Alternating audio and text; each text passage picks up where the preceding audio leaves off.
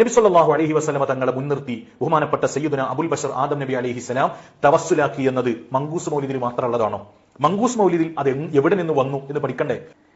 ബഹുമാനപ്പെട്ട ഇമാം ഹാക്കിം റളിയല്ലാഹു അൻഹു അവിടുത്തെ മുസ്തദ്റക്കിൽ ഉദ്ധരിച്ച ഹദീസാണ്. അതിൽ പറയുന്നുണ്ട്, ലമ്മഖ്തറഫ ആദമുൽ ഖതീഅ ഫഖാല യാ റബ്ബി അസ്അലുക ബിഹഖ്ഖി മുഹമ്മദിൻ സ്വല്ലല്ലാഹു അലൈഹി വസല്ലം. മുഹമ്മദ് മുസ്തഫ സ്വല്ലല്ലാഹു അലൈഹി വസല്ലം തങ്ങളുടെ ഹഖ് കൊണ്ട് അല്ലാഹുവേ നീ എന്റെ ദോഷം പുറത്തു തരണേ എന്ന് ആദം നബി അലൈഹിസ്സലാം അല്ലാഹുവിനോട് തൗബ ചെയ്തു എന്നുണ്ട്. ഞാൻ ആ ഹദീസ് വിശദീകരിക്കുന്നില്ല, സുപരിചിതവും സുവ്യക്തവുമാണ് അതൊക്കെ. അപ്പോ ചോദിക്കുന്നുണ്ട്, അല്ലാഹു സുബ്ഹാനഹു വ തആല കൈഫ അറഫ്ത മുഹമ്മദൻ സ്വല്ലല്ലാഹു അലൈഹി വസല്ലം, മുത്തുനബി എങ്ങനെ മനസ്സിലായി എന്ന് പറയുന്നുണ്ട്. അപ്പൊ ആദം നബി അലൈഹിസ്സലാം അർശിൽ നിന്ന് ലാ ഇലാഹ ഇല്ലല്ലാഹ് മുഹമ്മദുർ റസൂലുള്ളാഹ് എന്ന് കണ്ടു. അള്ളാഹുവിന്റെ പേരിനോട് ചേർത്തി മറ്റൊരു പേര് ചേർക്കണമെങ്കിൽ അള്ളാഹുവിനോട് ആ പേരിനോട് അല്ലെങ്കിൽ ആ പേരിന്റെ ഉടമയോട് താല്പര്യമുണ്ടെന്ന് എനിക്ക് മനസ്സിലായി, മഹബത്തുണ്ടെന്ന് മനസ്സിലായി, അതുകൊണ്ട് എനിക്ക് പുറത്തു തരണം എന്ന് ആദം നബി അലൈഹി സ്വലാം പറഞ്ഞ സംഭവം ഇത് കേവലം മങ്കൂസ് മൗലിദിൽ മാത്രമുള്ളതാണോ? അല്ലല്ലോ. ബഹുമാനപ്പെട്ട ഇമാം ഹാക്കിം റളിയല്ലാഹു അൻഹു മുസ്തദ്റക്കിൽ ഉദ്ധരിച്ചിട്ടുണ്ട്. ഇമാം ബൈഹഖി റളിയല്ലാഹു അൻഹു അവിടുത്തെ ദലായിലുൻ നുബുവയിൽ ഉദ്ധരിച്ചിട്ടുണ്ട്. ഇമാം സുയൂത്തി റളിയല്ലാഹു അൻഹു അദ്ദുറുൽ മൻസൂർ അവരുടെ മറ്റു കിതാബുകളിലൊക്കെ ഉണ്ട്. അതേപോലെ സുയൂത്തി ദുറുൽ മൻസൂർ പറഞ്ഞിട്ടുണ്ട്. അത് ആ കാര്യമായി പിടിച്ചു. അപ്പൊ ഞങ്ങൾ പറഞ്ഞത് അവിടെ മറ്റതുണ്ട്. അലി ഫാത്തിമ ഹസൻ ഹുസൈന്റെ ഹക്ക് കൊണ്ടുവരെ തേടി എന്ന ഷിയാക്കളുടെ വാദം അതുപോലെ ഉണ്ട്. ഇനി മാത്രമല്ല, ഇവരെ കൊണ്ടെടുക്കുന്ന കിതാബിൽ തന്നെ ഉണ്ട്. ക്രിസ്ത്യാനികൾ പറഞ്ഞിട്ടുണ്ട്. കേട്ടോളി, നമ്മൾ അവിടെ തന്നെ പറഞ്ഞെടുത്തിട്ടുണ്ട്. ആരെങ്കിലും പാട്ട് പാടിക്കോട്ടെ, ആരെങ്കിലും എഴുതി വെച്ചോട്ടെ, അതൊക്കെ സയ്യിദി മഖ്ദൂമിന്റെ പേരിൽ ആരോ മങ്കൂസ് മൗലിദ് ഉണ്ടാക്കിയ പോലെ പലരുണ്ടാക്കി വിട്ടു വിചാരിച്ചാൽ മതി. അങ്ങനെ എന്തെല്ലാം അറിയോ? ക്രിസ്ത്യാനികൾ പാട്ടുണ്ടാക്കിയിട്ടുണ്ട്. എന്ത്? ആദം നബി സല്ലല്ലാഹു അലൈഹി വസല്ലം ഈസാ നബിയെ കൊണ്ട് തവസ്സുലാക്കിയെന്ന് ക്രിസ്ത്യാനികൾ പറഞ്ഞിട്ടുണ്ട്. നിങ്ങളെ കിതാബിലുണ്ട് ഈസാ നബിയെ കൊണ്ട് തവസ്സുലാക്കി രക്ഷപ്പെട്ടത്.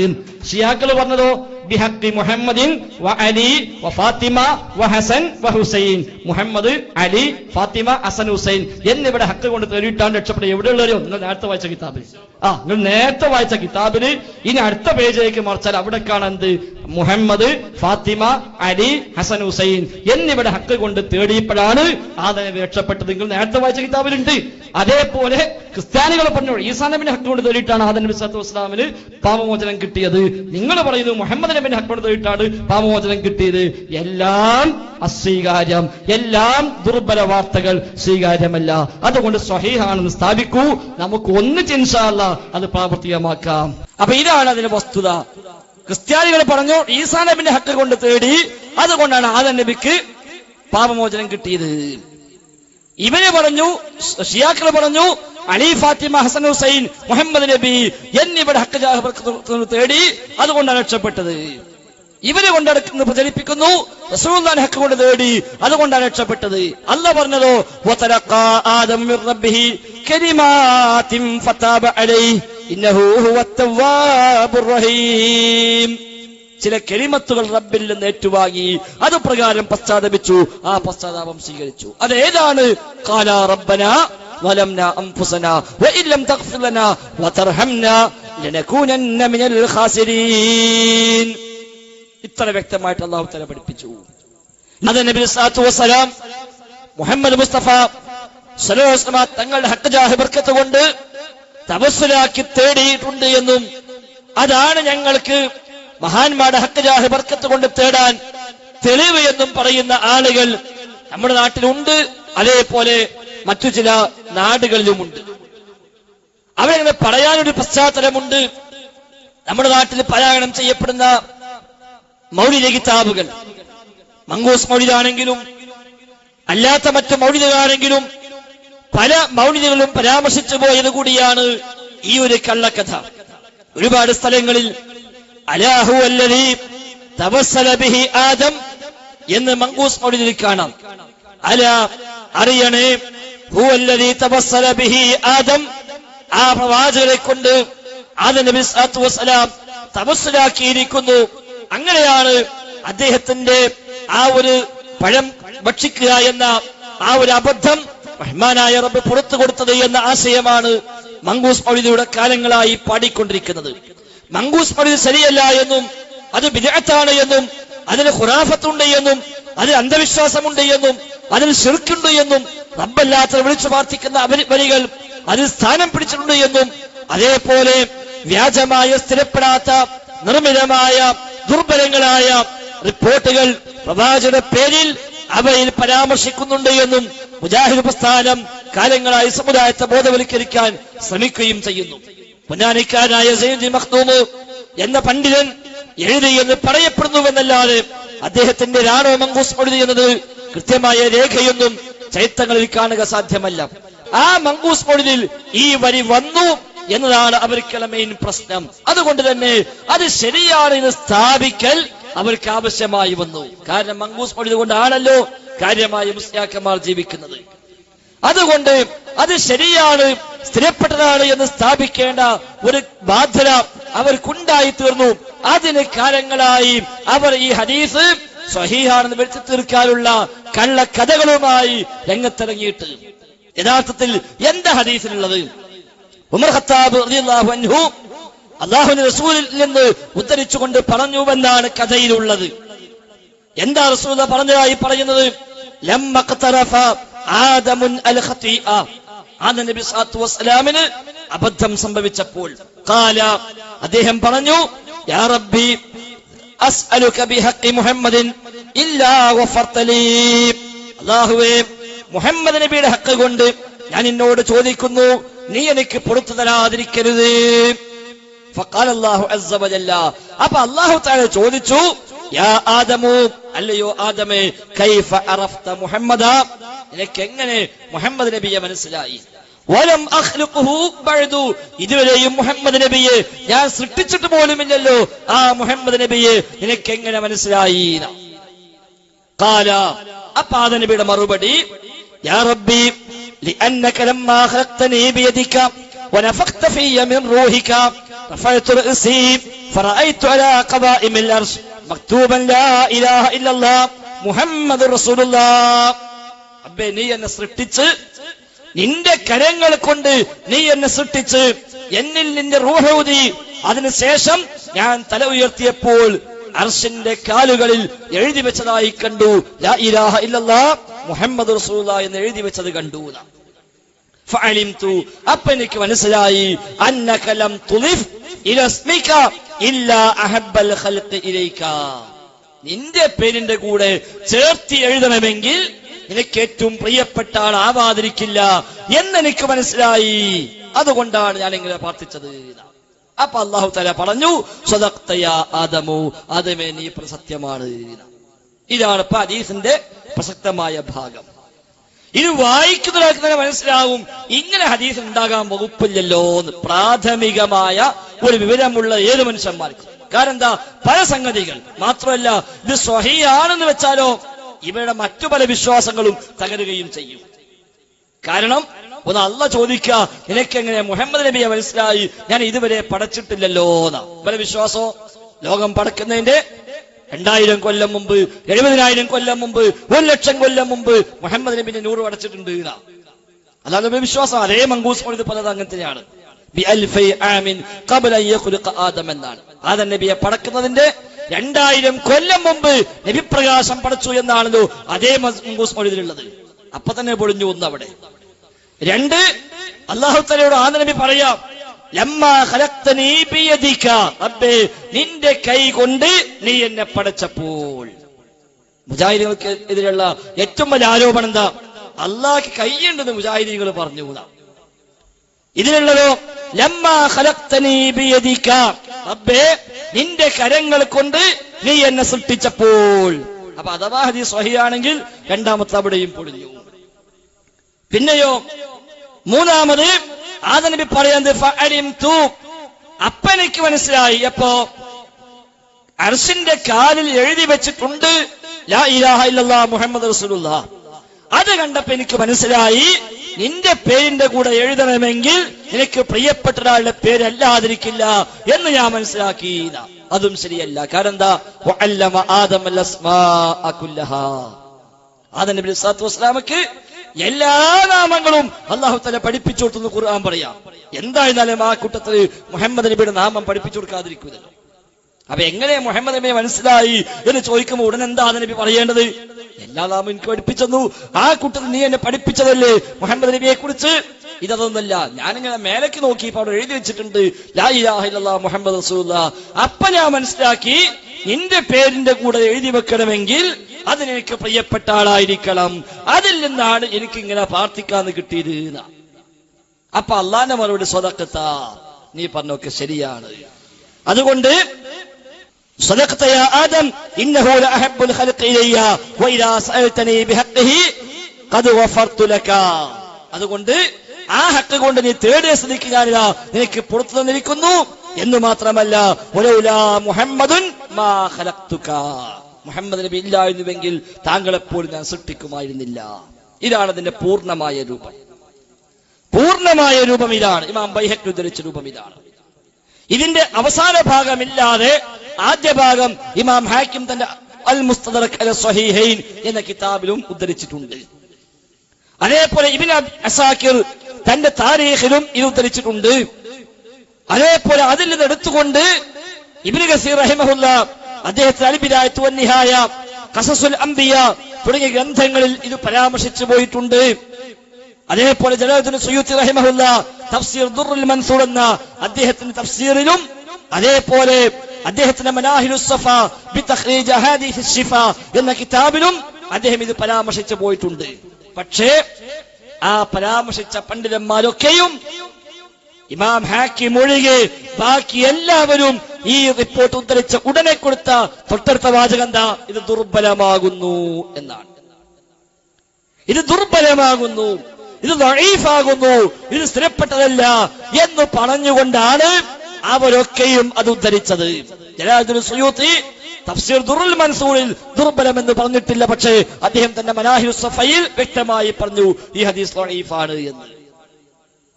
ഇമാം ഹാക്കിം റഹിമഹുല്ലാ ഈ ഹദീസ് കൈകാര്യം ചെയ്തെടുത്ത് അദ്ദേഹത്തിന്റെ അൽ മുസ്തദറക് എന്ന കിതാബിൽ അദ്ദേഹത്തിന് ചില ധാരണ പിശകുകൾ സംഭവിച്ചിട്ടുണ്ട് എന്ന് മുസ്ലിം ലോകത്തെ പണ്ഡിതന്മാരിൽ മഹാഭൂരിപക്ഷം ആളുകളും രേഖപ്പെടുത്തുകയും ചെയ്തു.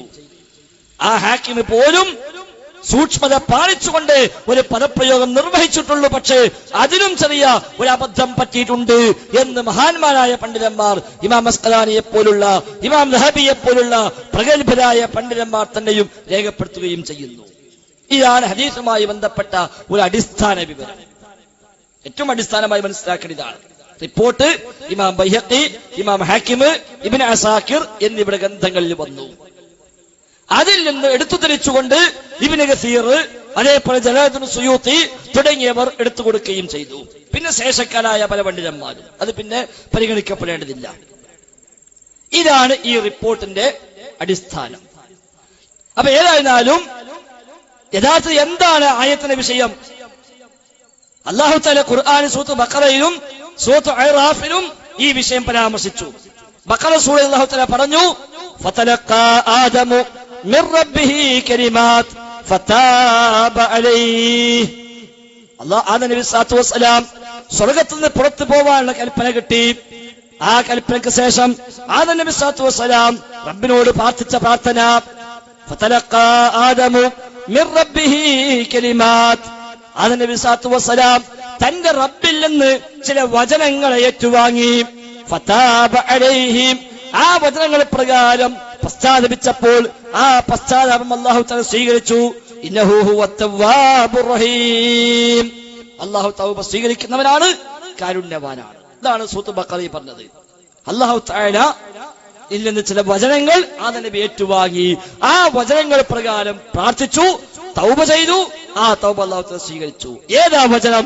സൂറത്ത് അഅറാഫിൽ അല്ലാഹു തആല തന്നെ പറഞ്ഞു, ഖാലാ റബ്ബനാ ظلمنا أنفسنا وإن لم تغفر لنا وترحمنا لنكونن من الخاسرين.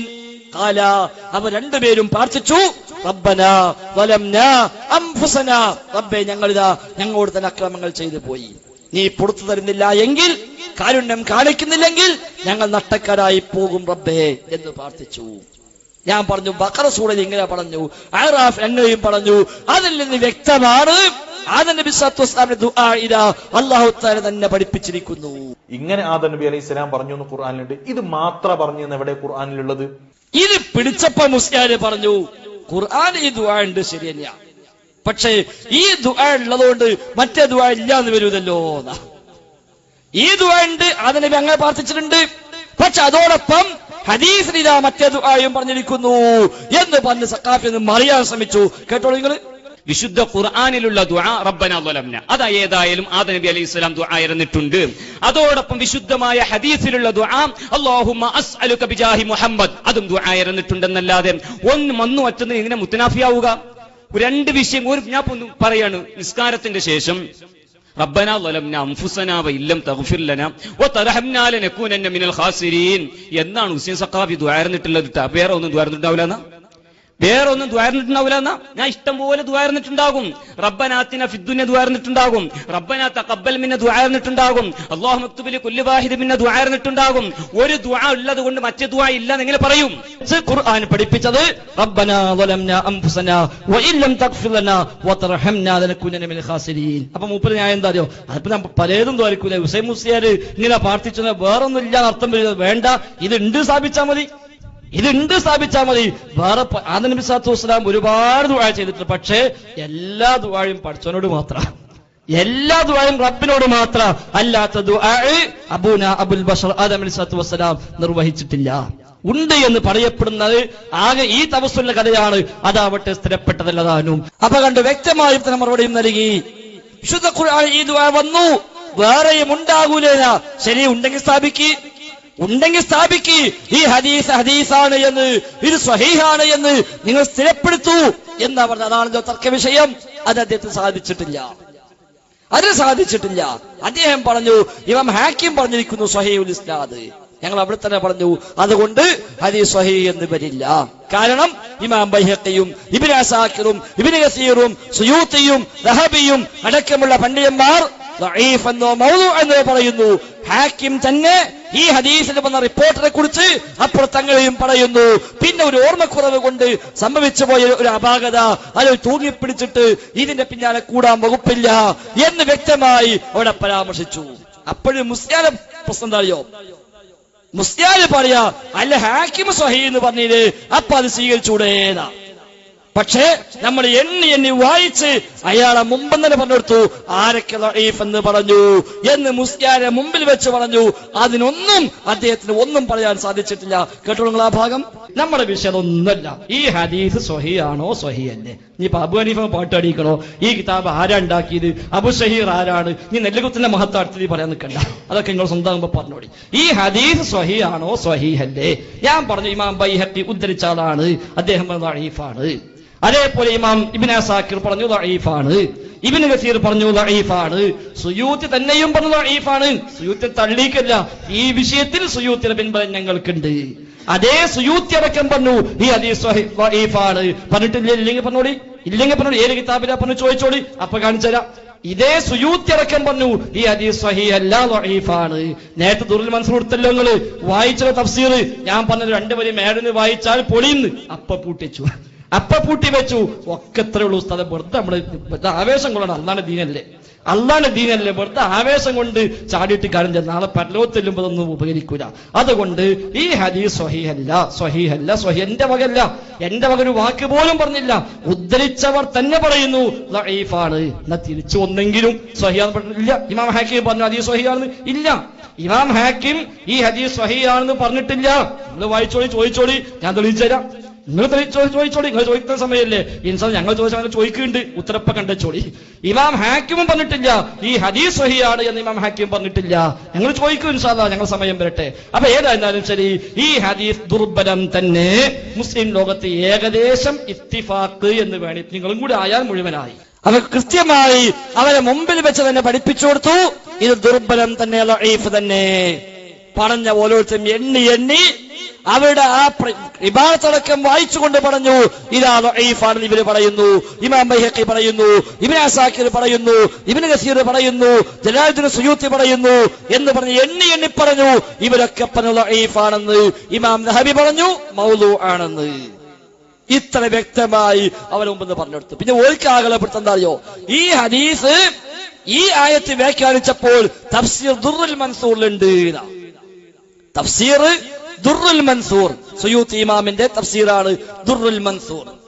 ആ തഫ്സീറിൽ ഈ ആയത്ത് വ്യാഖ്യാനിച്ചപ്പോൾ കൊടുത്ത ഹദീസിന്റെ കൂട്ടത്തിന് ഈ ഹദീസും കൊടുത്തിട്ടുണ്ടല്ലോ എന്നാ ഉള്ളത്. ഈ ഹദീസാണ് ഈ കൊടുത്ത ഹദീസ്. അതിന് എത്ര കിതാബിൽ വന്നിട്ട് വല്ല കാര്യമുണ്ടോ? ദഈഫായ ഹദീസ് 100 കിതാബിൽ വന്നു വിചാരിക്കുക, വലിയ കാര്യമുണ്ടോ? 10,000 മനുഷ്യന്മാർ ഒന്നിച്ചു പറഞ്ഞു വിചാരിക്കുക, വലിയ കാര്യമുണ്ടോ? ഇല്ല. ദുർൽ മൻസൂർ എടുത്തവര് ഞാൻ പറഞ്ഞു ശരി, അടുത്തതും കൂടി വായിക്ക്, എന്നാൽ നിങ്ങൾക്ക് എന്നത് പൂട്ടിവെച്ച് പോകേണ്ടി വരും എന്ന് പറഞ്ഞപ്പോ മൂപ്പരും പൂട്ടിച്ചു. അതാ ഞാൻ അടുത്ത പറഞ്ഞത്, ദുർൽ മൻസൂർ എടുത്തല്ലോ എന്തേ പൂട്ടിച്ചു എന്ന്. കാരണം എന്താ അറിയോ, ദുർൽ മൻസൂർ പറഞ്ഞു എന്തെല്ലാം പറയുന്നുണ്ട് അറിയോ? ഈ ആയത്തിന് വ്യാഖ്യാനത്തിന് ഒരു 3-4 പേജുകൾ ദുർൽ മൻസൂറിൽ കാണാം. അതിന് സയൂത്തി റഹിമഹുല്ല പലതും പറഞ്ഞിട്ടുണ്ട്. ആ കൂട്ടത്തിൽ കാണാം, ആദം നബി സ്വല്ലല്ലാഹു അലൈഹി വസല്ലം സ്വർഗത്തിൽ നിന്ന് പുറത്താക്കപ്പെട്ട് അങ്ങനെ വന്നിറങ്ങിയത് ഇന്ത്യയിലാണ്. ഹവ്വ ബീവി ജിദ്ദയിലും എന്നാണ് അതിലുള്ളത്. ഹവ്വ ബീവി ജിദ്ദയില്, ആദം നബി ഇന്ത്യയിലും. അങ്ങനെ ഇന്ത്യയിൽ വന്ന് ആദം നബി സ്വല്ലല്ലാഹു അലൈഹി വസല്ലം കരഞ്ഞു കണ്ണിന്ന് കണ്ണീരൊഴുകിയിട്ട് ആ കണ്ണുനീര് ഒരു പുഴയായി മാറി. ആ പുഴയുടെ ആസാറുകൾ, ശേഷിപ്പുകൾ ഇന്നും ഇന്ത്യയിലുണ്ട് എന്ന കിതാബിലുണ്ട്. കാന്തപുരം മുസ്ലിം കേൾക്കണ്ട, മൂപ്പര് അവിടുന്ന് മുക്കിക്കൊണ്ടുപോകും വെള്ളം. മറ്റൊന്ന്, ആദം നബി സ്വല്ലല്ലാഹു അലൈഹി വസല്ലം ഇവിടെ വന്നിട്ട് ലജ്ജിച്ചിങ്ങനെ നടന്നു തഞ്ഞപ്പോ എങ്ങനെയപ്പോ അള്ളാഹുവിനോട് പറയാന്നുള്ളതായിരിക്കും. കാരണം പഴം തിന്നത് അള്ളാഹ് പറഞ്ഞു തിന്നീന്, എങ്ങനെ റബ്ബിനോട് ഞാൻ പ്രാർത്ഥിക്കുക? അങ്ങനെ ആദം നബി സ്വല്ലല്ലാഹു അലൈഹി വസല്ലം മകനോട് പറഞ്ഞു, മോനെ നീ ഒന്ന് ദുആ നോക്ക് അള്ളാഹുവോട്, എനിക്ക് വേണ്ടി വല്ല ചാൻസ് ഉണ്ടോ എന്നതാ. അങ്ങനെ മകൻ കുറെ കാലം പ്രാർത്ഥിച്ചു. അവസാനം അല്ലാഹു തആല പറഞ്ഞു, എന്റെ വാപ്പാക്ക് തൗബ കൊടുക്കാം. അപ്പൊ മോൻ പറഞ്ഞു, അങ്ങനെ പറഞ്ഞോണ്ട് കാര്യമില്ല, എന്റെ വാപ്പാക്ക് തെളിവ് വല്ലതും വേണമെന്നാണ്. ഞാൻ പോയിട്ട് തൗബ ഉണ്ടെന്ന് അള്ളാഹ് അറിയിച്ചു എന്ന് പറഞ്ഞുകൊണ്ട് വാപ്പ സ്വീകരിക്കൂലല്ലോ, ഒരു തെളിവ് വല്ലതും വേണം. അപ്പൊ സ്വർണത്തിന്റെ വളട്ടെടുത്തു അല്ലാഹു തആല. ഒക്കെ ആ കിതാബുള്ളതാ, ഒക്കെ നമ്മൾ ഓരോ മുമ്പ് വായിച്ചിട്ടുണ്ട്. അവരെ മുമ്പ് വായിച്ചിട്ടുണ്ട്. സംവാദത്തിന് സീഡി കണ്ടാൽ മതി, അതിലുണ്ടതൊക്കെ. അങ്ങനെ വന്നിട്ട് മകൻ പറഞ്ഞു, വാപ്പ സന്തോഷിച്ചു കൊള്ളുക, നിങ്ങൾ തൗബ സ്വീകരിക്കാമെന്ന് അല്ലാഹു തആല ഏറ്റിട്ടുണ്ട്. വാപ്പ വെച്ചു, എന്താ അടയാളം? അപ്പൊ വള കാണിച്ചു കൊടുത്തു. അങ്ങനെ ആദം സ്വല്ലല്ലാഹു അലൈഹി വള സ്വീകരിച്ചു. ആ വളയിൽ നിന്നാണ് ഇന്ത്യയിലെ മുഴുവൻ സ്വർണവും ഉണ്ടായത് എന്നാണ് ദുർൽ മൻസൂറിലുള്ളത്. ഇന്ത്യയിൽ ഇന്നുള്ള സ്വർണ്ണഖനികൾ മുഴുവൻ ആദം നബിന്റെ ആ വളന്റെ ബാക്കിയാണ്. ഇതൊക്കെ കിതാബിലുണ്ട്. അലി, ഫാത്തിമ, ഹസൻ, ഹുസൈൻ എന്നിവരുടെ ഹക്ക് ജാഹ് ബർക്കത്ത് കൊണ്ട് ആദം നബി പ്രാർത്ഥിച്ചു എന്ന് ആ കിതാബിലുണ്ട്. അവിടെ തന്നെ ഉണ്ട്, തൊട്ടടുത്ത വാചകത്ത് അതാ. അലി, ഫാത്തിമ, ഹസൻ, ഹുസൈൻ എന്നിവരുടെ ഹക്ക് ജാഹ് ബർക്കത്ത് കൊണ്ട് ആദം നബി തേടി, അതുകൊണ്ടാണ് രക്ഷപ്പെട്ടത് എന്നും അവിടെ ഉണ്ട്. എന്ന പോലെ ഈ കഥയും അവിടെ ഉണ്ട്, ഇക്കഥയുമുണ്ട്, പാലാക്കഥയും കൊടുത്തിട്ടുണ്ട്. ഞങ്ങൾ അവിടുന്ന് പറഞ്ഞതൊക്കെ കിതാബിലുണ്ട്. അതുകൊണ്ട് കിതാബിൽ ഉണ്ട് എന്നുകൊണ്ട് തെളിവാകൂല. സ്വഹീയാണോ, അല്ലാഹു റസൂൽ പഠിപ്പിച്ചിട്ടുണ്ടോ, നിങ്ങൾ സ്ഥാപിച്ചോളൂ, അംഗീകരിക്കാം, ഒരു പ്രശ്നമില്ല. അപ്പൊ അതിനവർക്ക് സാധിച്ചിട്ടില്ല, സ്വഹീയാണ് സ്ഥാപിക്കാൻ കഴിയിട്ടില്ല. അവസാനം വന്നപ്പോ സീഡ് കണ്ട മനുഷ്യന്മാർക്ക് അറിയാം, പിന്നെ തർക്കം എന്താ? ഞങ്ങൾ പറയാം മൗദൂ ആണ്, മുസ്ലിയാര് പറയാം ലഈഫാണ്. അതായി തർക്കം. പിന്നെ മുസ്ലിയാർ ലഈഫാന്ന് പറഞ്ഞു, ഞങ്ങൾ മൗദൂ എന്ന് പറഞ്ഞു. അപ്പൊ ഞാൻ പറഞ്ഞു, മുസ്ലിയാർ ഇനി നമുക്ക് സംവാദം വേണമെന്നില്ല. നമ്മൾ നമ്മുടെ സംവാദത്തിന്റെ കരാറിൽ ഞങ്ങളുടെ വാദം മൗദൂഉം നിങ്ങളുടെ വാദം ലഈഫും അല്ലല്ലോ. നിങ്ങളുടെ വാദം സ്വഹീഹ് എന്നും ഞങ്ങളുടെ വാദം ലഈഫും എന്നാണ്. ഇപ്പൊ നിങ്ങൾ പറയാം ലഈഫാന്ന്. ഇനി എന്തിനാ സംവാദം? അവിടേക്ക് എത്തിയ അവസാനം അത്